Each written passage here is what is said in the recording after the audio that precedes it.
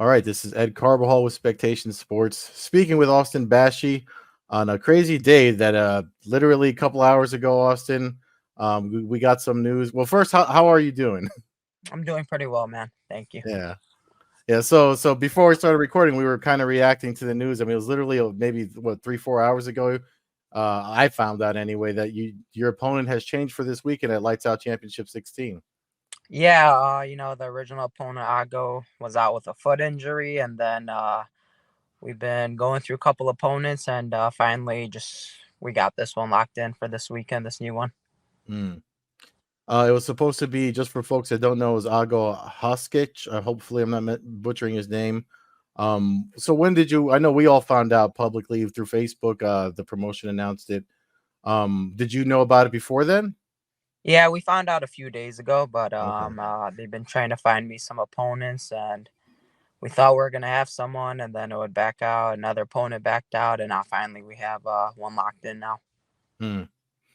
And I know I had all these questions for the original opponent. And I'm finding out later than you did. So is it still? I'm assuming it's still at featherweight, right? Still at featherweight, yes, but it's not a 5 rounder anymore, so it's not a title fight. No more. So no title's not on the line anymore. Correct. Um, One of the original questions I had for you. I mean, I'm assuming in the training room.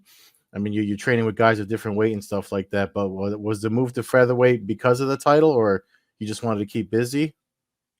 I'm young, so I'm still growing every day, and I just kind of just got bigger throughout the years, and especially in those last 7 to 8 months that I haven't fly, I really put on a lot of muscle mass, and Uh-huh. my weight kind of went up, so that was the move to featherweight now. Is that the way you're going to stick with? If I had to guess, so yes. Hmm.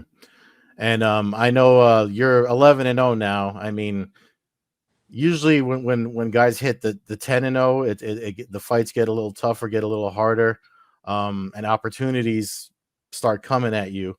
So with the 11-0 and the opponent change and the weight change, um, do you? I guess my first question is there a change in like your attitude? Like, do you get more nervous because you feel the fights are going to be tougher, or is it more the opposite? Like you get more riled up to compete. Yeah, I wouldn't say I get more nervous. No, I've kind of been fighting tough guys my whole entire career. Even my pro debut right away was against a tough guy, and Mhm. just the same thing. Each fight just is getting tougher and tougher, and that's kind of what I live for, and that's what I want. So it's good when I get these tough opponents. And speaking of tough opponents, a new opponent is it still Zach Riley? As far as I mean, that's the what the Facebook announcement said. Yes, that's him. And I briefly did some homework on him, but I mean, do you when something like this happens to you, do you even like where are you at? It's a few days away. Do you try to prepare mentally, or you just show up, or like how do you react to something like that? Right. Obviously, on this short notice, you don't have that full 8 weeks to know about your opponent and stuff. So now it's kind of just like you go into the fight and kind of read them in the fight, read them in that beginning play, and go on from there. But to me, it's whoever I fight, it's always kind of getting adjusted to him in that first round. And then after that, when I have his timing down and his rhythm down, that's when I start putting on the pressure and start finishing him. And with the with what's on the line in your record and stuff like that. I mean, you've been with Lights Out Championship for a long time, and I know you've spoken to me in the past about the UFC being your ultimate goal. I mean, the streak you've been on has been insane. So like what else do you have to do to get somebody to send you an invite to something? Yeah, I don't know yet, but it's good that I'm having this fight at featherweight. That's really what I wanted. Having a fight before the big shows at this weight class, and so it was actually good how it worked out for me. And I mean, the one thing you mentioned that's a really good point about growing and being as young as you are and coming into the sport and getting all the experience that you're getting.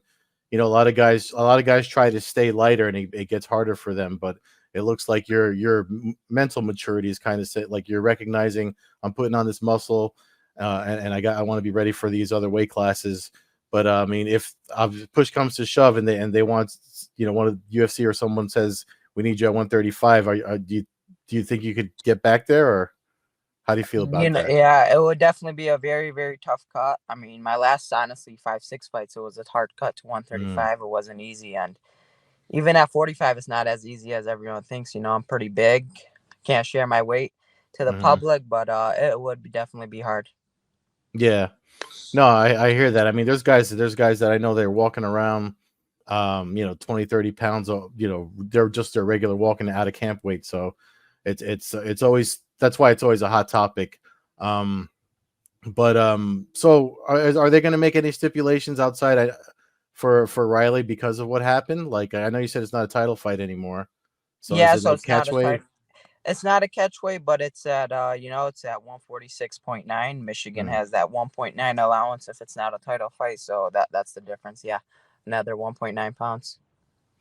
And so like with there's a lot of like my friend of mine, Nolan King, writes for MMA Junkie. He's putting all this Contender Series news out there. I mean, do you feel like this fight's happening kind of too late for you to get on that current like wind up for the call up, or I mean, do you think if you win spectacularly, do you think that kind of showcases you to say, hey, what's up, guys? I'm ready. Yeah, I think that's actually like a perfect time frame because I think contender goes from like August to October, November-ish, Hmm. and I feel like that's a perfect timeline. And for as far as your opponent, the new opponent Riley, again, we both know there's not a lot of time to research and stuff like that. But um, how do you expect? Like what do you expect when something like this happens? Do you try to like prepare for like a tougher fight? Does it rattle you a little bit? Like just getting ready for something like this and then having to change on you with a few days out. I know it's not uncommon, but I'm just wondering because I guess maybe because you're so young. Like, how are you handling? How do you react to it on come fight night? Do you think you still get the finish, or like how do you feel about it? So this isn't the first time this happened to me. This Mm. actually happened to me a good amount of times where 3, 4, 5, 6 days before the fight, I get a new opponent. So to me, it's the same. I know this guy's tough. I know what he brings to the table, and but I still see myself finishing this guy and breaking him. Oh, so then it's not something that rattles you too much, and if it's happened before, then you're just ready to go to work either way, right? Yep, exactly. I'm kind of used to this now. It's not the first time, so yeah. Is it aggravating, or It's part of the fight game. yeah? That's how it kind of goes. I mean, I guess it means like either way, you're ready to as long as you're ready to show up to work, right? Exactly. All right. Well, Austin, man, I know we booked this short notice, and I'm glad you gave me a quick reaction. You're handling it like a professional, man, and I think the move up that's a good move for you. I mean, again, it just speaks to your maturity as a fighter. I think you're going to go a long way. I mean, you definitely handle yourself professionally every single time we talk. I appreciate it, man. Thank you. You got anybody you want to shout out or sponsors or anything before I let you go about your fight week? Yeah, of course. Obviously, first got to thank God for giving me this journey and allowing me to do this. And thank you to all my coaches and teammates who helped me throughout this whole camp. It was another tough camp that we got through. And to all my family, fans, and sponsors for just all the love and support throughout. All right, cool. Well, thank you again, Austin, for making time to talk. Good luck. Good luck this weekend. Thank you, man. I appreciate it. Take care.